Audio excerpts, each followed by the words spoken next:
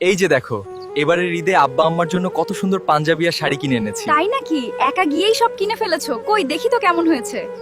বাহ, খুব সুন্দর হয়েছে তো পাঞ্জাবিটা। আব্বাকে দারুণ মানাবে, উনি তো এমনিতেই সুন্দর আর লম্বা। আম্মার শাড়ির কালারটাও কিন্তু বেশ হয়েছে। আব্বার জন্য কি টুপিও এনেছো? আরে টুপি তো আব্বা নিজেই কিনে নেবেন। বাবা কিনবেন মানে কি? বাবা আড়ংয়ের টুপি খুব পছন্দ করেন, আড়ং থেকে 2টা টুপি এনে দিও, খুব খুশি হবেন। আর আম্মার জন্য পেটিকোটের কাপড় কিনতে হবে। আসলে তোমার বাবা মায়ের ভাগ্যটা খুব ভালো, তারা তোমার মতো একজন ভালো সন্তান পেয়েছেন। তুমি নিজের উপার্জনের টাকা দিয়ে তোমার বাবা মাকে খুশি করতে পারো। তোমার বাবা মাকেও কি তোমার কিছু কিনে দিতে মন চায়? আরে না, সেজন্য বলিনি।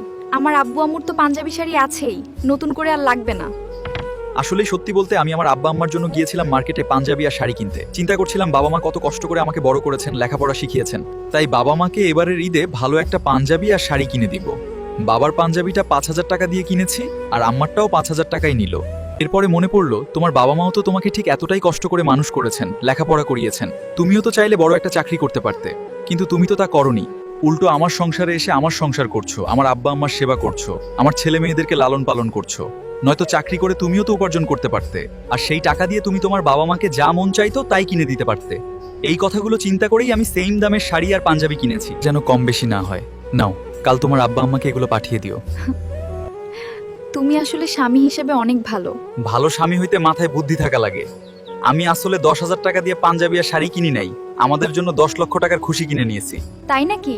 কিভাবে শুনি? এই যে তোমার আব্বু আমাকে পাঞ্জাবি আর শাড়ি দেওয়ার কথা বলছি, তাতে তুমি যে খুশিটা হয়েছো তার দাম 10 লক্ষ টাকার চাইতেও বেশি। এই যে আমি প্রতি ঈদে আমার বাবা মাকে কেনাকাটা করে দেই, তোমারও তো মন চায় তোমার বাবা মাকেও কিছু কিনে দিতে, কিন্তু তুমি নিজের উপার্জন না থাকায় মুখ ফুটে বলতে পারো না। এরপর থেকে কখনো কিছু দিতে মন চাইলে দ্বিধা করবা না, আমাকে মুখ ফুটে বলবা, আমি আমার সাধ্যমতো দেওয়ার সর্বোচ্চ চেষ্টা করব। এটা আমার কথা থাকলো। আমি সত্যি অনেক ভাগ্যবতী, কারণ আমি তোমার মতো একজন স্বামী পেয়েছি। উপরওয়ালার কাছে অনেক অনেক শুকরিয়া।